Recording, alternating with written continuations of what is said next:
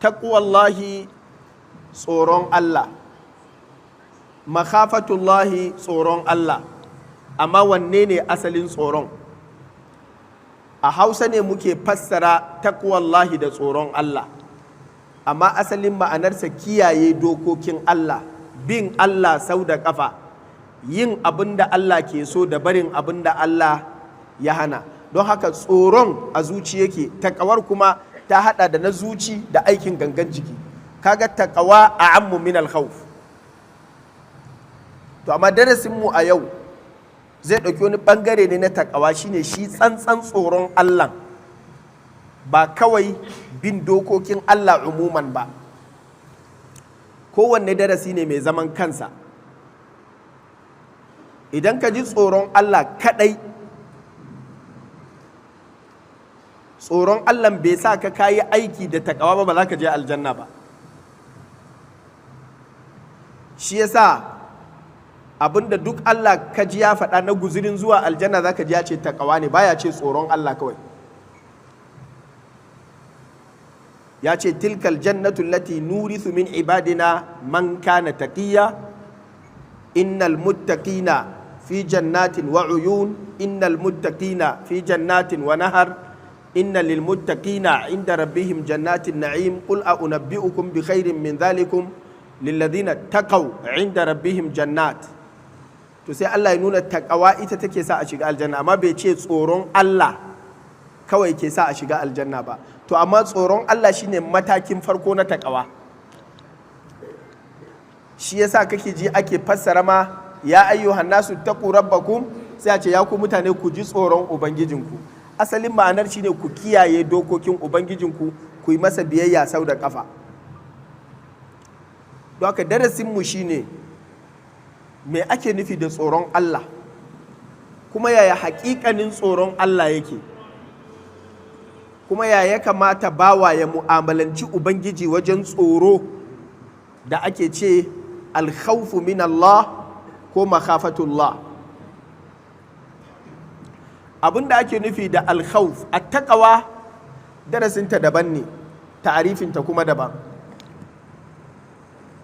Amma za mu mai da hankali akan tsoron Allah tsantsa. Me ake nufi da shi? Alkhawf asali a ɗabi'ance abinda ake nufi da shi shine faza'ul qalbi wattirabuhu lihusuli ma tu'azzimuhu nafs. Wani abin da rai ke girmama shi ya faɗo a ranka, sai ya sa zuciyarka ta jijjiga saboda nauyin wannan abun. Shay'un yathqulu 'ala an-nafs fa idha waqa'a 'ala an-nafs khafa minhu al-qalb. Abinda duk zai fada akan ranka, wanda ranka ke girmama wannan abun, to sai sa zuciyarka sai ta ji ta razana, ta firgita, ta tsorata. Wannan shine abin da ake nufi da al-khawf. Amma ba shine taqwa ba. Taqwa ma'anarsa daban, ba za mu tsananta akan bayani dangane da wancan ba. Don haka tsoron Allah shine wannan abin da zuciya take iya ji din na firgici da razana da rashin nutsuwa da rashin tabbas dangane da wani abin da zai taɓa ranka wanda ke iya so rai.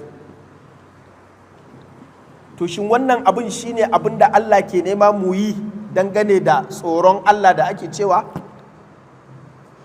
Yana iya zama haka, yana iya zama ba haka ba. Sai mu dawo me ake nufi da tsoron Allah shi kuma tsantsa, banda tsoro na zuci. Asali tsoro da zai iya fadawa akan zuciya ya kasu kashi biyu. Akwai alkhawfu min Allah, akwai alkhawfu min ghairillah. Tsoron Allah da tsoron wani Allah.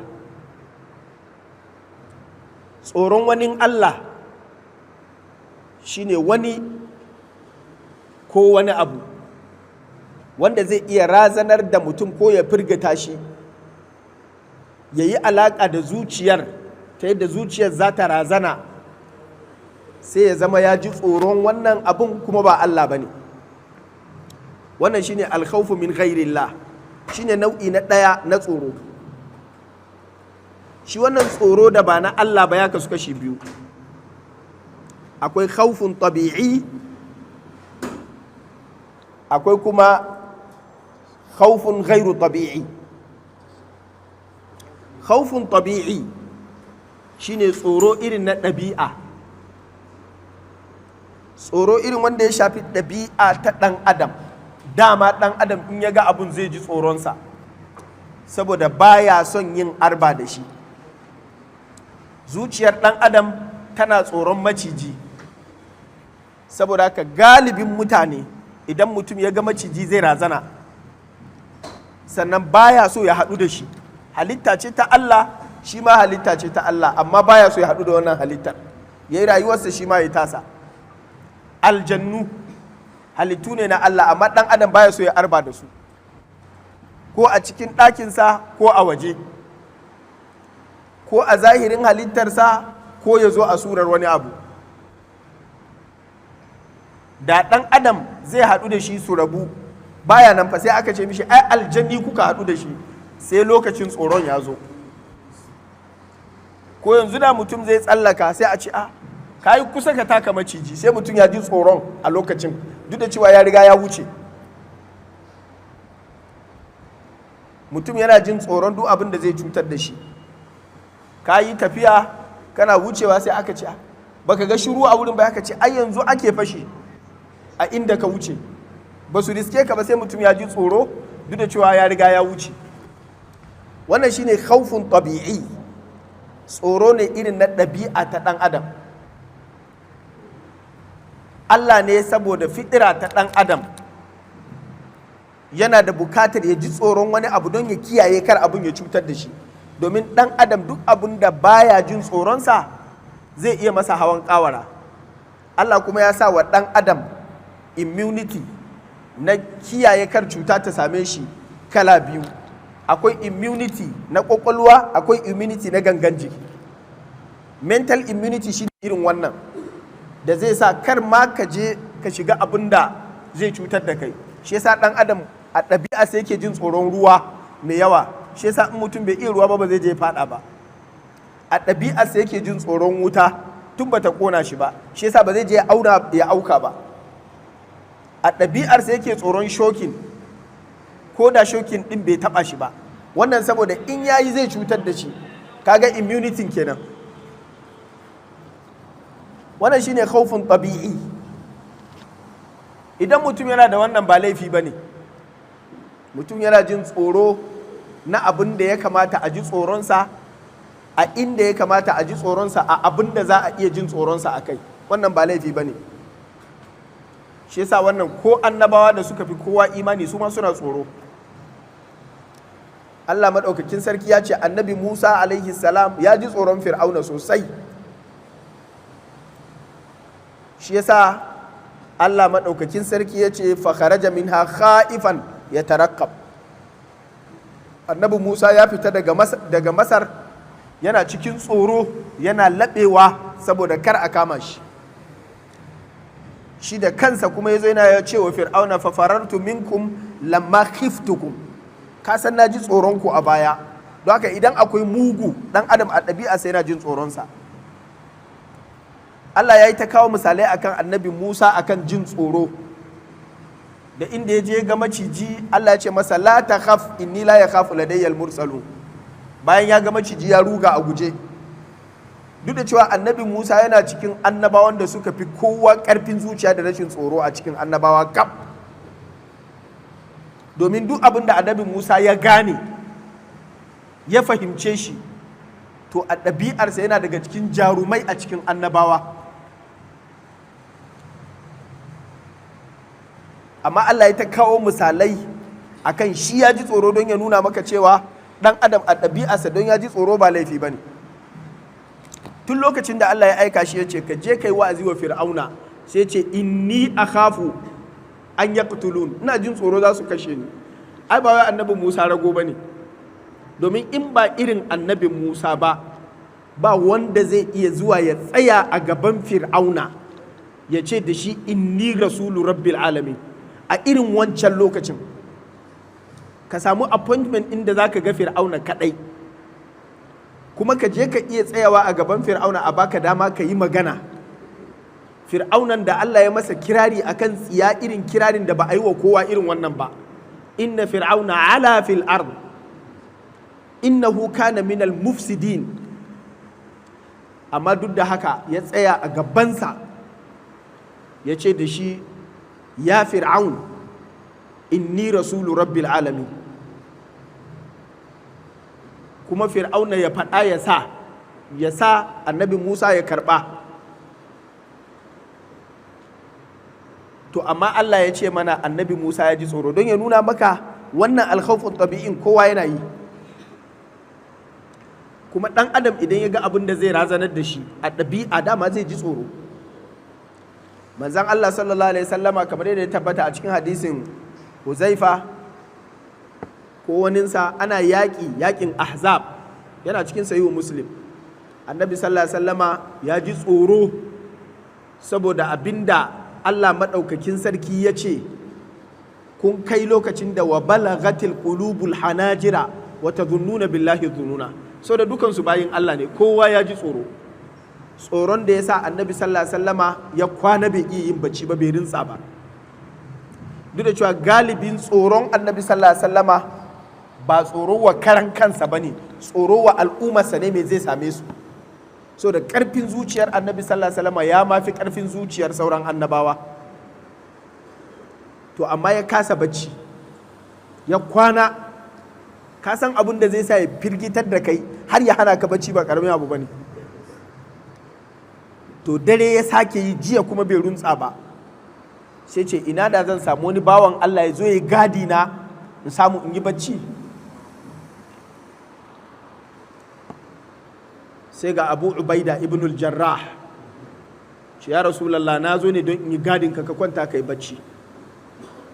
Nana Aisha ta ce annabi sallallahu alaihi wasallam ya kwanta ya yi bacci har sai da naje yana munshari, saboda tsohon bacci da ya taru a kansa, ga kuma rashin kwanciyar hankali, ga state of emergency da ake ciki.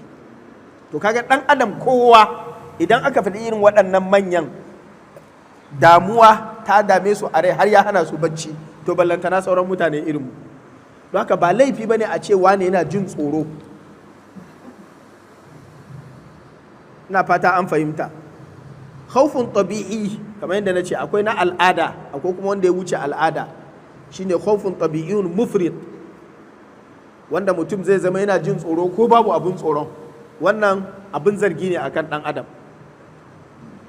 Mutumin da yana cikin tafiya kawai a mota, daga ya ga wani yana kallo sai ce kai, ko daga wani ya ɗaga waya sai ce ko dai za a yi waya da 'yan fashi ne. Akwai mutane masu irin wannan rashin nutsuwar. Haka kawai an bashi ruwa sai rika ce kai wannan ruwan karfa an sa poison a ciki. Ba zai taɓa nutsuwa da kwanciyar hankali da kowa ba. Tsoron da zai sa mutum a rayuwarsa ta ɗabi'a ya masa tasiri har ya kasa nutsuwa wajen yin abin da zai yi a rayuwa, wannan duka yana daga cikin wato khawfun tabi'i mufrid. Ba a so mutum ya zama ya kai ga irin wannan. Mutumin da yake jin tsoron matarsa, a ɗabi'a ya kamata miji ya ji tsoron matarsa? Bai kamata ba ɗabi'a. Allah gafarta mala, sai dai ban sani ba ko akwai ta riwayar. A ɗabi'a ka ji tsoron ɗanka, kar ka gaya mai gaskiya, kana jin tsoro karfa ya mun kaza, wannan ai mutum ya fita daga ɗabi'a. Ko shugaba ya ji tsoron talakansa, don talaka ya ji tsoron shugaba, wannan bai fita daga ɗabi'a ba. Ko mai makami ya rinka jin tsoron maran makami. Na fata an fahimta. Wannan tsoron mazmum ne. Daga cikin tsoro na ɗabi'a kuma, wanda shi kuma ya zama laifi ne, wanda laifinsa ya kai babba na haramun da zai iya sa shirka ko kafirci, shine irin tsoron da za a yi wa Allah mutum ya yi wa wani wanda ba Allah ba. Shi ake ce alkhawfu sirri, tsoro irin na ɓoye. Yanzu aljannu a haka kawai, yanzu inda ban faɗi sunansu ba ta yiwu baka ma tuna shi ba, amma haka sai ka ji a ranka kana jin tsoron aljani, saboda an ce aljani suna yawo a cikinmu, kuma ta yiwu yanzu ma akwai wasu a cikin nan, kuma ta yiwu a kusa da kai ma next to your shoulder wani aljani ne a nan. Qala ifritun min aljinni ana atika bihi, yana nan a gefen ka yana jin wa'azi, yana hararan ka yana haka, kawai sai ka rika ji kana jin tsoro, karfa akwai wani aljani a nan. Wannan tsoron Allah kaɗai ake yi masa shi. Ina fata an fahimta. Ba dalilin da zai sa ka tuna aljani, kawai sai ka ji kana tuna shi. Irin wannan tsoron shine tsoron da Allah ya ce yakhshawna nasa ka khashiyatillahi aw ashadda khashya. Tsoron mutum ko wani ba mutum ba, irin yadda ake jin tsoron Allah ko ma sama da haka. Don mutum tayu yana jin tsoron Allah, amma in Allah ya masa umarni zai saba. Yana jin tsoron Allah, amma in Allah ya hana zai aikata. Amma yana jin tsoron wancan ta yadda duk abin da ya sa shi kuma ba zai canza ba. Wannan shine alkhawfu sirri. Duk wanda ka sa kake jin masa irin wannan tsoron, to ka yi shirka da Allah.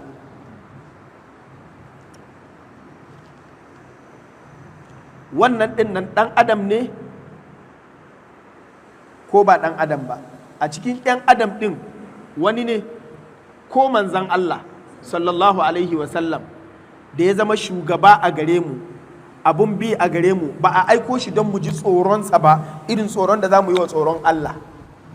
Idan ka ji haka kawai sai ka ji manzan Allah sallallahu alaihi wasallam girmamawa da ƙauna ita ce tsakaninmu da shi. In ka ji kana jin tsoronsa, to wannan shine alkhawfu sirri da yake tsoro ne na Allah. Kaga in nace manzon Allah sallallahu alaihi wasallam an je kololuwa, to ballanta na wani kuma, ko ne ya samu wani shehinsa ta yi gawa ne ma a cikin kabari, sai je yana jin tsoronsa idan fa ya saba masa a abu kaza, an ba shi wani wuridi an ce na shehi wani ne, idan ko kamar wannan wuridin to za ku haɗu da wane, sai rinka jin tsoron alkawarinsa da wanin, ya manta da tsoron da ke tsakaninsa da Allah. Wannan shine alkhawfu sirri. Ina fata ana fahimta. Kowane ne kake masa wannan tsoro, ka haɗa shi da Allah kuma ka yi shirka, shirkul akbar. To sai mu dawo kan tsoron Allah. Duk wani wanda ake jin tsoro da alkhawfu sirri ba tsoron Allah ba, to daga shaidan ne. Shine wanda Allah madaukakin sarki ya ce a kansa, inna ma zalikumu shaitan yukhawwifu awliya'ahu fala takhafuhum wa khafuni in kuntum mu'minin. Shaitan ne ke tsoratar da masoyansa, mabiyansa. Haka ku kar ku ji tsoron su, ku ji tsoro na, in ji Allah, in dai kuna da imani. Sai zama sharadi ne na imani ka ji tsoron Allah, kar ka ji tsoron wani, da irin wannan nau'i na tsoro da ba na ɗabi'a ba. Sa'an nan kuma shi tsoron Allah da aka ce shi ne yake kishiyar tsoron da ba na Allah ba, shi ba aka su kashi biyu. Tsoron Allah dangane da wato tsoron Allah dangane da girman Allah da darajarsa, da kuma tsoron Allah dangane da kamunsa da azabarsa. Waɗannan guda biyun dole sai ɗan adam ya cika su ne za su zama tsoron Allah. Mutum ya je yana jin tsoron Allah a zuciyarsa saboda ganin haiba da azama da daraja ta Allah a cikin ƙwaƙwalwarka, da yadda kake iya suranta girman Allah a zahiri, da yadda kake kimanta girman Allah a cikin zuciyarka. Girman Allah a zahiri shine yadda za ka kwatanta Allah maɗaukakin sarki shine akbar.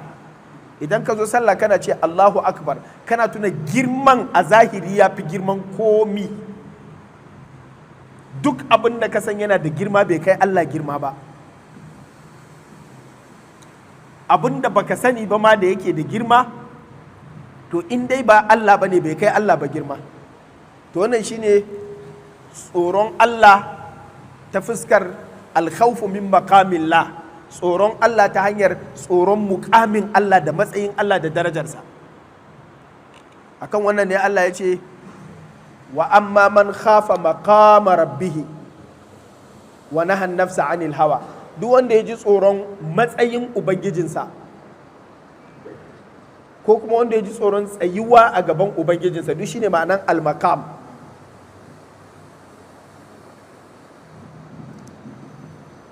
Don haka idan mutum ya ji tsoron Allah ta fuskar haibar ubangiji a zuciyarsa da yadda yake daraja Allah maɗaukakin sarki a cikin ƙwaƙwalwarsa, wannan shine tsoron Allah ta hanyar alkhawfu min maqamillahi azza wa jal. Shine waliman khafa maqama rabbihi jannatan.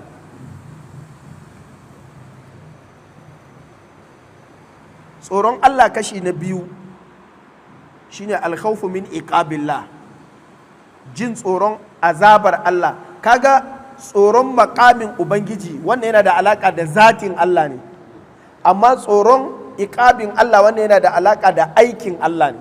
Don haka kana jin tsoron Allah saboda siffarsa zatiyya da siffarsa fi'iliya.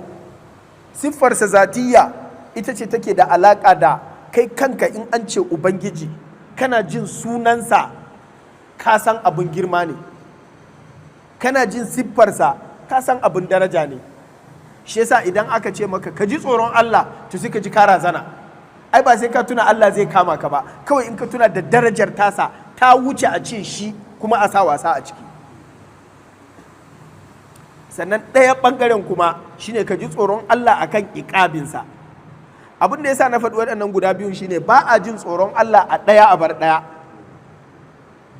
Wanda duk yake jin tsoron Allah amma yana jin tsoron Allah ne kawai saboda matsayin Allah, ba yana jin tsoron Allah saboda iƙabin Allah, yana jin tsoron wutan jahannama ba, wannan bai gama cika mai tsoron Allah ba. Wannan shine tsoron Allah sufaye waɗanda suke batattu daga cikinsu. Sufaye da suke da fahimta ta sufanci suluki, waɗannan ba sa da wannan tunanin. Amma waɗanda suke da sufanci wanda ya shafi, wanda suke da wani ilimi na baɗiniya, ko waɗanda suke gani Allah maɗaukakin sarki ya ba su wani abu na kashafi, to su ne suke gani suna jin tsoron Allah ne ba wai don wuta ba. Wannan in Allah ya ga dama ya je ya kona su, sun san sun fi karfin wannan, ba da su ake yi ba. To wanda yake jin tsoron Allah na gaske ya san ta yiwu Allah ya kama shi ma, don haka sai ya ji tsoron karfa a kama shi. To karka ji tsoron Allah saboda shi Allah ne kadai, ka ji tsoron Allah saboda shi Allah ne. Wannan shine wa amma man khafa maqama rabbih, wa liman khafa maqama rabbih. Amma sannan ka ji tsoron Allah kuma saboda Allah maɗaukakin sarki ya ce yana tsoratar da kai akan wutarsa. Shine Allah maɗaukakin sarki bayan ya faɗi magana akan wuta sai ce lahum min fawqihim zulalun minan nar wa min tahtihim zulal zalika yukhawwifu Allahu bihi ibada ya ibadi fattakun. Kaga daga jin wannan kasan wuta da Allah yake razanarwa yana razanar da kai ne don ka ji tsoronta. Shine ma'anar yukhawwifu Allahu bihi ibada. Da wannan ne Allah yake tsoratar da bayinsa. To Allah madaukin sarki yana so ka amsa wannan tsoron, ka rinka jin tsoron wutar jahannama, ka rinka jin tsoron Allah yana sama da kai, kar ya kama ka a ƙasa. A amintum man fis sama an yakhsifa bikumul ard fa idha hiya tamur am amintum man fis sama an yursila alaikum hasiba fasata'lamuna kaifa nadhir. Kaga wannan jin tsoron Allah ne akan karfa Allah ya aiko mana da kwaran kwatsa. Ana jin tsoron Allah akan irin wannan, shine tsoron Allah nau'i na biyu. Wannan shine inda ahlus sunna suka tafi suka bar sufaye. Manzan Allah sallallahu alaihi wasallama ya farka da safe sai ce inna lillahi wa inna ilaihi raji'un. Naji wata ƙara, karfa Allah madaukakin sarki zai aiko mana da wata ukuba ne. Ana tafiya da Annabi sallallahu alaihi wasallama za a je Makka, aka zo wani wuri inda Allah ya kama ashabul fil. Sai Annabi sallallahu alaihi wasallama ya risina ga Allah ya ce ku wuce nan da sauri. tsoron Allah ne akan iqabinsa, ai ba tsoron Allah ne akan maqamullahi kawai ba. Ina fata an fahimci wannan. Irin wannan tsoron ne annabawa suke ce inni akhafu in asaitu rabbi azab yawmin azim. Ina jin tsoro idan na saba ubangiji na, ina jin tsoron azabarsa. Kar ka ji tsoron Allah saboda shi Allah ne kawai. Ka ji tsoron Allah saboda shi Allah ne abun tsoro ne, sannan ka ji tsoron Allah saboda Allah yana da hannun kamu, inna batasha rabbika la shadid. Ka ji tsoron Allah saboda Allah yana da wutar jahannama, wa anna azabi huwal azabul alim. Jama'a muna fahimtar wannan? Wannan shine asalin tsoron Allah na mumini na gaskiya. Sannan kuma tsoron Allah bayan mutum ya cika wannan ya kasu kashi biyu. Akwai tsoron Allah abun yabo, akwai tsoron Allah abun zargi. Tsoron Allah abun yabo shine wannan wanda muka faɗan, ka tsaya akan tsoron Allah, kuma tsoron Allah da zai sa kai ya ƙara maka hoɓɓasa saboda ka tuna da maqamu rabbihi sai kai aiki mai kyau, ka tuna da azabar Allah sai ka bar mummuna.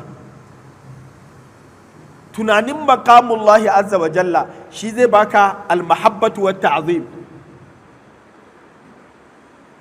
Tunanin wato iqabullahi azza wa jalla shi kuma shi zai baka alkhawf arrahba. Almahabba da arraja ana jinsa ne saboda an yi wa amma man khafa maqama rabbi, wato ka riƙa jin kana jin kwaɗayin abin da ke hannun Allah saboda ka tuna da darajar Allah da girmansa, sai kana jin tsoronsa saboda kana kwaɗayin ya baka. Amma in ka tuna da azabarsa kuma sai kana tsoron karfa ya kama ka. Waɗannan abubuwan guda biyu su suke sa mutum ya cika waɗannan fuka-fukan na imani. Wa yad'unana ragaban wa rahaban ud'u rabbakum tadarruan wa khufya.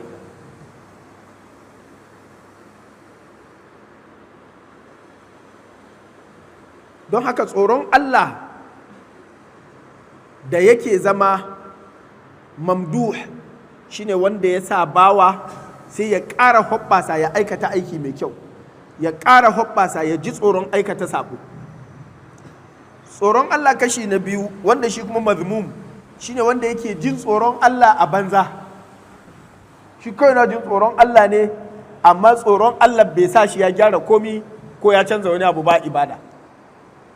Amma da gaske yana jin tsoron Allah, yana wa Allah tsoron da ake wa maciji, kar Allah ya kama shi, shi dai yana jin tsoron Allah, amma ya alamar tsoron Allah take a fili babu shi.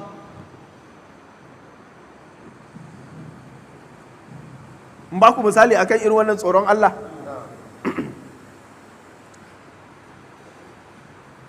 wata ce aka zo aka yi musu wa'azi, aka yi wa'azi akan mutuwa da mala'ikan mutuwa. Shine da safe sai ta zo tana gaya wa kawarta, ta ce ke je wani malami ya razane mu, ya yi mana wa'azi akan tashin kiyama, akan wutan jahannama, akan mala'ikan mutuwa, na ji tsoro har na kasa sallar isha.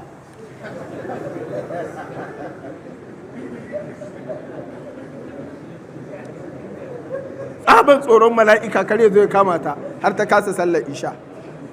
Wannan tsoron ya yi amfani? Wannan shine alkhawful mazmum, tsoron Allah na banza kenan.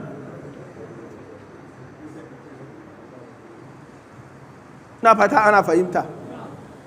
Tsoron Allah da ba zai sa ka kai aiki ba, sai dai ka faɗa a baki, to wannan tsoron Allah na banza ne. Ko tsoron Allah da zai sa kai mutuwa kawai kake jin tsoro, karfe ya turo mala'ika ya kashe ka, ha to zai fasa ne don ka ji tsoro? Irin wannan tsoron haka kawai sai ya zama mutuwa kake jin tsoro zalla, ko wuta kake jin tsoro, baka jingina shi ga shi Allah ba, bai sa kuma ka ƙara ganin girman Allah ba, wannan tsoron ma na banza ne. Kana jin tsoron wuta sai ka rinka tuna zafin ƙunarta, baka tuna zafin darajar Allah a saba masa, wannan tsoron ma na banza ne, duk da cewa shi ma tsoron Allah ne. Ina fata ana fahimta. To wannan a takaice shi yake ba mu surar me ake nufi da tsoron Allah, da bambanci da ke tsakaninsa da tsoron wanda ba Allah ba. ina fata mun fahimci wannan. Gabar zance ta gaba ita ce Allah maɗaukakin sarki tsoronsa wani jigo ne daga cikin jigon ibada ga Allah, wanda idan babu shi to babu gishirin ibada ga Allah. Ibnul Qayyim ya yi dogon bayani akan manzilatul khawf da kuma manzilatul raja da manzilatul mahabba. Ya ce waɗannan abubuwa guda uku su ne manazil na ibadar Allah da suke ba da gishiri ga ibada, ta yadda idan babu su babu ibada, kuma su ne suka haɗu suka mai da ibada ta zama ibada, kuma ta bambanta ta da aikin banza ko ta bambanta ta da aiki na al'ada. Waɗannan abubuwa guda uku, alkhawf, arraja da kuma almahabba. To alkhawf shine muke magana a kai. Ya yi wannan dogon bayani ne a cikin littafin madarijus saliki baina manazili iyyaka na'budu wa iyyaka nasta'in. Yace tsoron Allah shine mataki na farko, na biyu kuma shine kwaɗayin abin da ke wurin Allah, sannan na uku kuma shine ƙaunar Allah. Waɗannan abubuwan guda uku dole sai sun haɗu akan bawa kafin ya cancanci zuwa aljanna. Idan mutum yana ƙaunar Allah amma baya tsoronsa, yana son sa ne amma baya tsoronsa, wannan ba bawan Allah na gaskiya bane. Idan mutum yana tsoron Allah amma tsoron da ake wa dodo kawai sai dai ya gudu, ba zai zo wurin Allah ba, ko da ya razanan, fafiru ila Allah. Shi Allah in an ji tsoronsa sai a gudu a je wurinsa. Sauran abin da yake na abin halitta idan an ji tsoronsa za a gudu a bar shi ne, shi kuma Allah in an ji tsoronsa sai a gudu a dawo wurinsa. To wannan tsoron dole sai ya haɗu da almahabba kenan. Almahabba kuma dole ta haɗu da tsoro a tare, sannan saboda ya zama ba reni a cikin so ɗin. Idan kana son wani baka tsoronsa to zaka rena shi, idan kana tsoron wani baka son sa to zaka guje shi. To sai a haɗa kuma tare da arraja. Arraja kuma shine fata, tsoro ba irin na ka ji tsoro amma a ƙarshe haka kawai ka samu, a'a, tsoron da yake haɗe da akwai kuma fata, akwai kwaɗayin abin da yake wurinsa.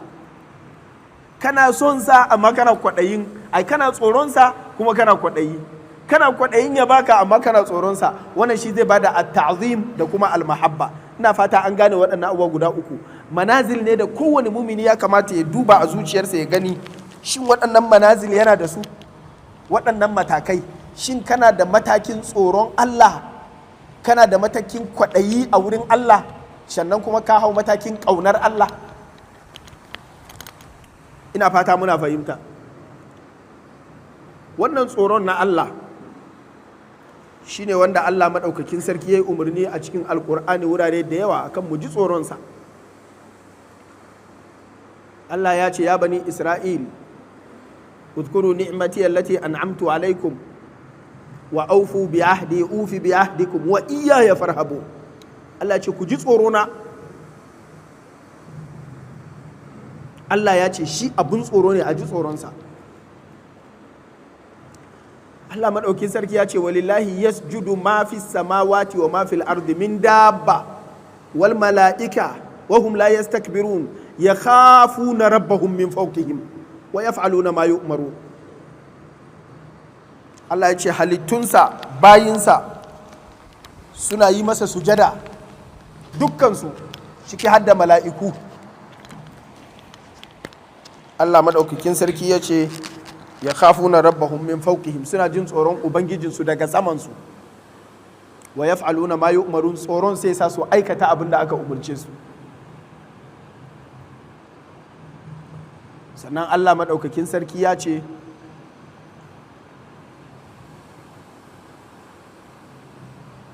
inna ma zalikumu shaitanu yukhawwifu awliya'a, wannan shaidan ne yake tsoratar da masoyansa. Kar ku zama masoyansa ku balle ya tsoratar da ku. Fasara ta ɗaya kenan. Ko kuma inna ma zalikumu shaitanu, wancan sai zama yukhawwifukum nafsahu, yana sa ku ji tsoronsa idan kun zama waliyansa. To kar ku zama haka. Fasara ta biyu ita ce yukhawwifukum min awliya'ihi, wato yana tsoratar da ku akan ku ji tsoron mutanen mabiyansa. Fala ta khafun, kar ku ji tsoron mabiyan shaidan. wa khafuni in kuntum mu'minin, ku ji tsoron Allah in dai ku masu imani ne. Duk wanda baya da tsoron Allah to baya da imani. To gabar zance ta kusa da ƙarshe shine menene samara, menene amfanin da ake samu idan mutum yana jin tsoron Allah. Amfanin da ake samu wajen jin tsoron Allah, abu na farko shine duk wanda yake jin tsoron Allah to Allah zai amintar da shi da abin da yake jin tsoro. Gurgudun yawan jin tsoronka da Allah a nan duniya, gurgudun yanda a ranar kiyama kuma baka da tsoron komi. Gurgudun yawan yanda a nan duniya baka jin tsoron Allah, gurgudun yanda in ka je lahira zaka fi kowa tsoro da firgici da rashin nutsuwa. Manzan Allah sallallahu alaihi wasallam ya faɗa, wani hadisi ne wanda Muhammad Abdullah ibn al-Mubarak a cikin kitabu Zuhud ya rawaito shi, kuma Malam Albani ya kawo shi a cikin silsila sahiha, ya ce hadisi ne hasan. Annabi sallallahu alaihi wasallama ya ce Allah maɗaukakin sarki ya ce la ajma'u li abdi khawfain wa la ajma'u lahu amnain. Ya ce ni ba zan sa wa bawa tsoro guda biyu ba, kuma ba zan sa wa bawa nitsuwa guda biyu da aminci guda biyu ba. Duk wanda ya amintu da ni a nan duniya, man amina ni fi duniya akhaftuhu yawmal qiyama. Duk wanda ya ɗauke ni abun wasa ba abun tsoro ba a nan duniya, to zan tsoratar da shi a ranar kiyama. Wa man khafani fi duniya ammantuhu fi yawmal qiyama. Duk wanda kuma ya ji tsoro na a nan duniya, to a ranar lahira kuma sai in bashi nutsuwa da aminci, sai zama ba zai sake jin tsoro ba. Iyaka wurin jin tsoro a nan duniya ne, amma idan aka je lahira sai zama ne a lahira tsakaninka da Ubangiji, zama na ƙauna, zama na jin daɗi, zama na aminci.